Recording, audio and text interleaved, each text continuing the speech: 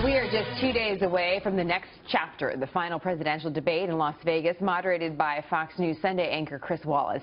Nevada is shaping up to be a very important battleground state this year. Hillary Clinton still has the edge in the latest polls, but leads Donald Trump by less than 3 points. Nevada has backed the winner in every presidential election except one since 1912. Joining me now is Megan Messerly, a political reporter for the Las Vegas Sun. Megan, great to have you on the program.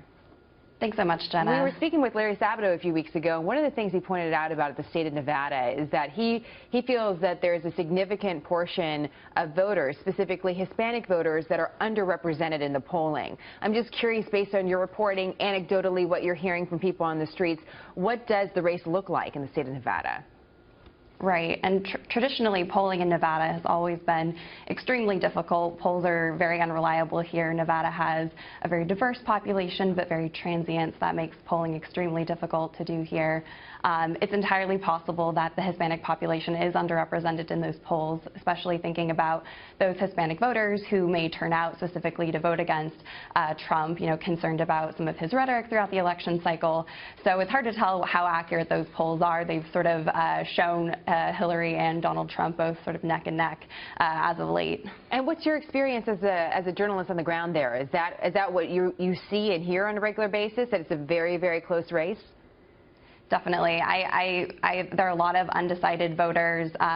Certainly there's a lot of people who are firmly for Hillary Clinton or firmly for Donald Trump, but you'd actually be surprised about the number of undecided voters that you run into who really aren't sure who they're voting for, maybe not because they don't have any opinion on Hillary Clinton or Donald Trump, but because they're sort of concerned with both candidates and don't really know who they should vote for, whether they should just stay home for the polls, whether they should vote for Gary Johnson or another option. But at the same time, go to any Hillary Clinton event or any Donald Trump event, and you'll see throngs of fervent supporters who are firmly committed.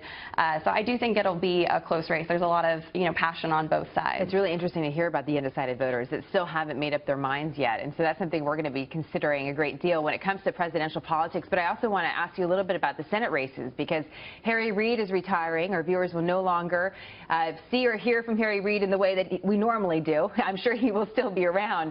But what does that Senate race look like? Who are the main players, and what does it look like as far as maybe not polling, but again, going back to what your sense is on the street of who has the upper hand, which party?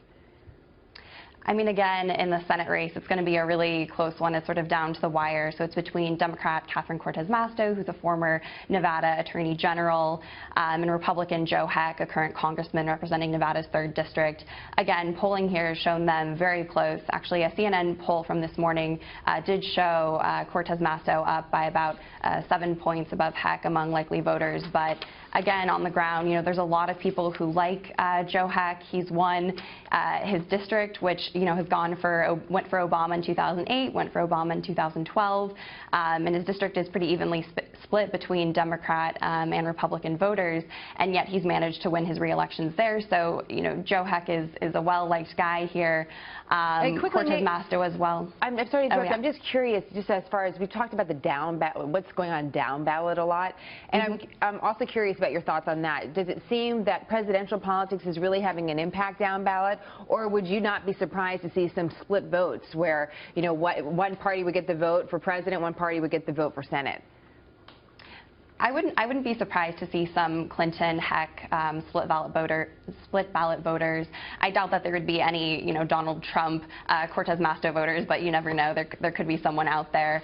But the big thing that remains to be seen is how Joe Heck walking back his support of Donald Trump, what kind of an impact that has on, fervent Donald Trump supporters, whether they decide not to vote for Heck, or whether at the end of the day that does bring in some of the more moderate, traditional Republican voters for Heck. Polling's sort of been split on that. One poll showed, 34% of likely voters said, Heck withdrawing his support would make them less likely to vote for Heck. There's another poll that shows 14%, only 14% that would make them less likely to vote for Heck. So it sort of remains to be seen what him sort of walking back his support, saying, he can't support Donald Trump anymore after, the recent comments he made. Sure. We don't know how that's going to play out yet, but that could end up being one of the deciding factors in the race. We'll see, too, if he changes in the next several weeks as well. Megan, great to have your insight. Thank you so much. Thanks so much.